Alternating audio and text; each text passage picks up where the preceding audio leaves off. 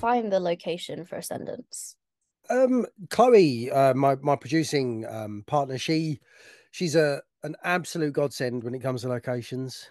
She hunts and hunts and hunts, and I had very little to do with the location. To be fair, it was all on her. So she basically hunted high and low, looked at locations that were potential options because when you say you want to do a film, you go, oh, you're doing this little short film.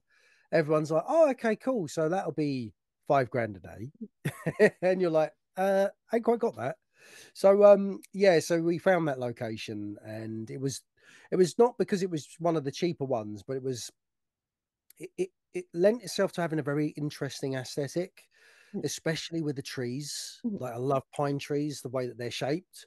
They create like nice lines, the way that they end up growing in a certain way where it was probably one of the better of the locations that we had options with. And that was pretty much it. Nothing more exciting to it, unfortunately. And how did you meet Chloe? Chloe, so we've been we're partners, as in relationship partners. Mm. Been together a while now, but we met a long time ago, back in the days of when we used to go out Mhm. clubbing and stuff. So we met out in the club, and lo and behold, many years later, at the time I was fully into my wrestling. That was it. Filmmaking, directing, writing, all of that was not even a thought at that time.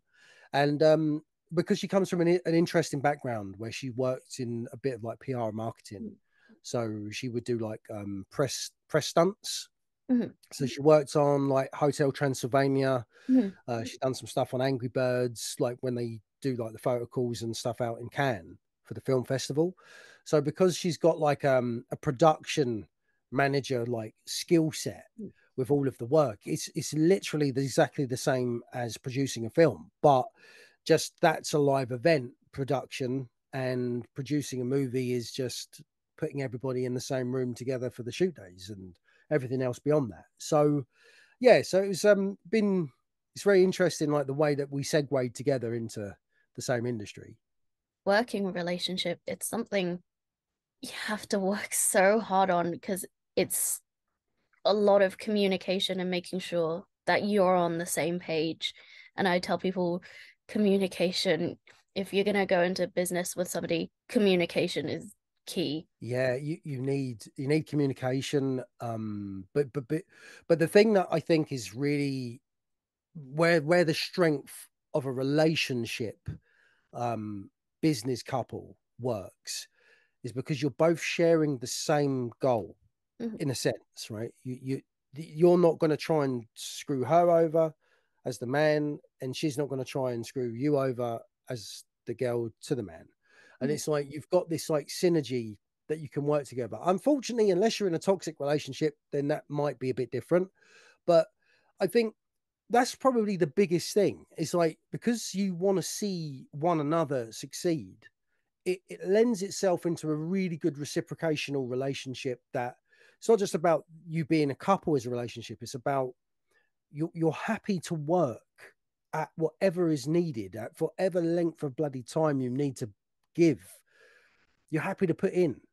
And it's working both ways as well, because there's times that like, it's a very, what would I say? It's very ungratifying industry a lot of the time because you're on your own for most of it. Like, if you're writing a story or if you're hunting locations as a producer or doing all the liaising of stuff, you're sort of out of the way. And I think if you're in a relationship where you can both share the load a Mhm. little bit, you're in onto a winning combination in terms of being able to set yourself up for success. But it can be difficult if because what can happen, especially if you're not on the same page. I mean, Touchwood, Chloe and I are always like that. But, I guess there could be situations where if you're just not on the same page, there could be times where any sort of small thing could become a bigger thing and it's nothing to do with the work, and that's the good thing in how our relationship has been managed is that, we don't, work is work and our life is separate to the work, but our life is the work. So it's just trying to make sure that you keep time for a relationship because you're always working. Like it's like literally you're always working. So I think part of the good side of it is that because you're in not only the business together but the relationship, it's sort of like you're living out your dream with your best friend. Do Yeah. you know what I mean? And that to me is important to me. And it's good. I'm assuming your working styles complement each other. And like, Yeah. It would be it'd be a nightmare if we was both exactly the same, like the way that she works and the way that I work. I think that's the beauty and the synergy of how the collaboration of us both works together. Because in all of the areas she's got strengths in, there are areas that are not so necessarily strong to me, and vice versa. And because of that, it's like a beautiful synergy of like continuation of work. It's not typically common for loads and loads of people in a relationship to want to work together, and I get that it might not be for everybody, but I definitely would say that like the pros definitely outweigh the cons for me in this work that I do. time I tell my boyfriend about scripts, he's like, I think you should do this idea. I'm like, nope, that's against the rules. That's not how it works. He's like, nope, this is how. He's like, well, why do you have to format it this way? I was like, no, because that's the rules. They won't accept it if you don't format it correctly. That's the rules. And I'm like, no, you have to pay for location.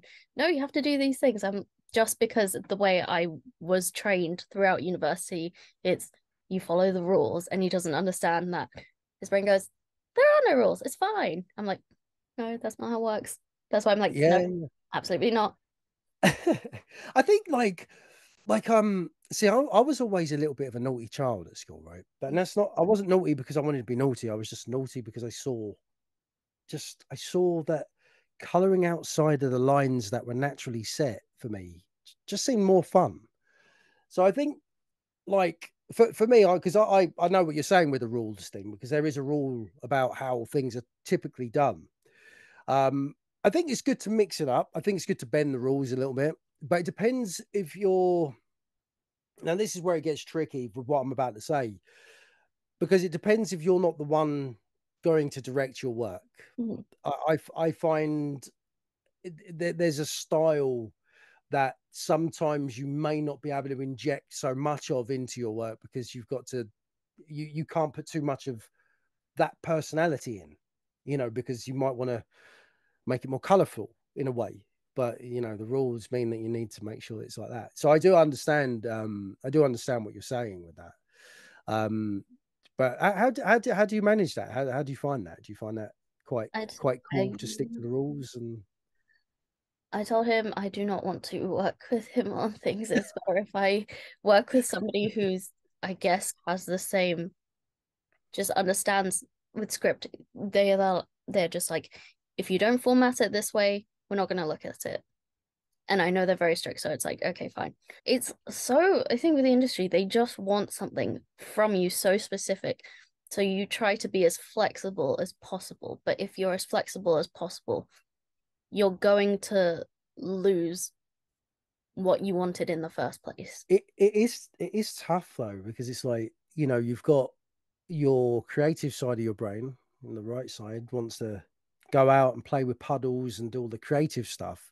And then you've got the logical side of the brain that conditions you to have everything methodically practiced and done in this sort of like granular fashion that everybody does. And it is tough because I do believe very much so you can see in people's work in writing, not the voice, but if the format does go, like the format is very important. I do think that formatting should absolutely be just like it's a basic fundamental that you just have ingrained in you to the point of where you don't really think about it, you know. Because but there's different ways of formatting stuff, like naturally if you're doing like a phone conversation and you do an intercut, I know that there's people that do the intercuts different, and there's no real right or wrong way, I suppose, as long as it's clear and concise. But I guess that there are points of where, like, we've all had people's screenplays when we've read them, you know, friends and who just, oh, I've got a script and want to take a look. And you're like, page one, you can see all of the formatting issues. And like, oh, we need to get the format right. And I think that can be tricky because it's if you're very like over creative. This is one of the things I had to learn very early, like how I wanted to necessarily just write the story. Not that that this is wrong, but I needed to make sure that that format Mhm. was bang on because before I had final draft, I was writing my little scripts in Word. Mhm. So I was like having to literally move the cursor in the page in alignment to get the formatting right. But obviously, when you don't focus on that, you have like Final Draft or you have like, you know, one of these other writing softwares, Celtics. I was on that.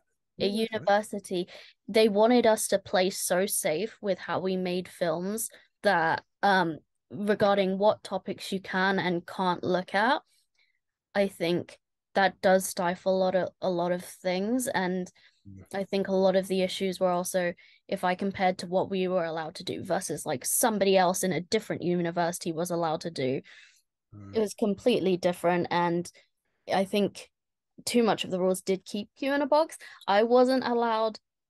I did put martial arts in a short film, and they told me no weapons and swords. So I had to keep telling everyone, I was like, guys, I can't show swords. I can't actually put the swords. And everyone's like, no, it's fine, it's fine. I was like, no, it's gonna go wrong if I do this. So the lecturer said I can't do that. So I was like, okay, fine, I'll just like sacrifice that there's not going to be any swords in this because they told me no. But then Mm. somebody else goes to a different university. Yeah, here's all the swords. It's tough, isn't it? It's like, you know, you want to tell your best story, but only tell a version% of your story, not the story. And I think like, you know, I don't come from a film school background. Like I'm one of those YouTubers learners. Like so, I learned everything I learned on YouTube, but also by practice as well. But I think that the thing is that I find, and this is a personal perspective, but also I guess you'd say an opinion viewpoint, is that one of the issues that I believe comes from having everything stuck to this rule book is that it means you're all doing the same shit. Mm. And listen, you have gone through stuff in your life, you yourself, personal stuff in your life that nobody could write the story you could write, but you can't write that story because they've got a set of rule books that stop you doing that story that you should tell. But why? The problem, what happens in this creative space is we try to quantify it into a box where that's not how it works. So if you have a story that you're going to write, however you're connected to it, however deep the seed is of this creative idea, only you know how you see it in the end. Because until you've manifested it on paper, until you've got actors playing the role, you're the only person that is really seeing and living with these characters. Could you imagine, like, you know, Michelangelo is going to paint a massive picture in a chapel or is going to do some big creative invention, Einstein, anybody, pick anyone.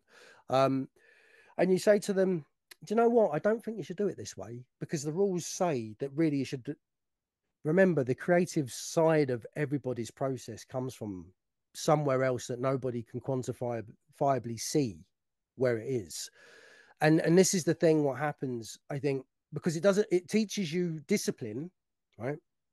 Going to school and having these processes, but beyond the discipline, it's just a regurgitation of acquisition of information. It doesn't teach you about application. And application is about taking all that you learn and putting it into stuff.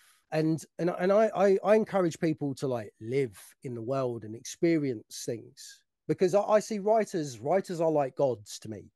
Like writers are like they're the god code of film. However people see it. If I was just a director who just worked on other people's writing. I mean, I write for my own stuff, but if I was to work as a director on someone else's stuff, them as a writer is they're God in the work because nobody sees the characters the way that a writer brings them into the world. And I just find it really weird that someone tries to give you a system of how to bring forward your vision of your work, because part of the process of being a writer or a director is having a vision in the first place. And that means you might see Blade Runner, for example, or you might see, a Space Odyssey, or you might see Aliens, whatever you see. But if somebody doesn't see that that fits the rule book, then you'll never make it. And I'd encourage you personally. I'd say, like, if there's something that you really want to do and the rules don't necessarily make you do it, explore it, because you don't know how far, like, down the creative rabbit hole you can go, and it can be fun.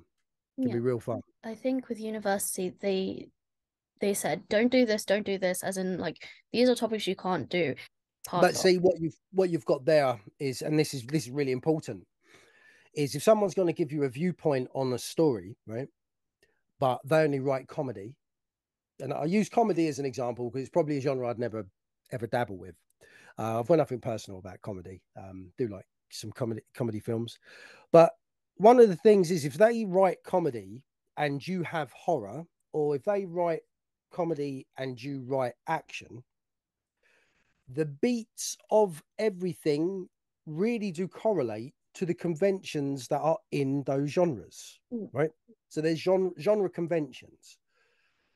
One of the issues is I guess you might be finding, if people don't know a lot about the conventions and what makes a good action or bad action, or good horror and bad horror or whatever, they then don't know the way to critique it or don't know the things that go into it, which means it's easier for them to stay familiar with what's familiar. And unfortunately, that's stifling on your creativity because of other people not adhering to, like, do you know what? Yeah. Write that film you want to write. It's tough because if you're getting projected to what you can do and you're limited to that, because in this state, when you have all these access to people like your creative friends and stuff in the uni, this is probably one of the best times you've got to experiment, because you've got free kit, you've got free everything around where you can just experiment and enjoy the time and find that voice. Unfortunately, I don't feel there's enough encouragement for individual perspective viewpoints. You're expected to paint in the lines and stay in the lines, and if it works, then great. I just would find that I'd find that too difficult for me, because I just love daydreaming into the stars and Yeah. stuff and seeing things no one else sees.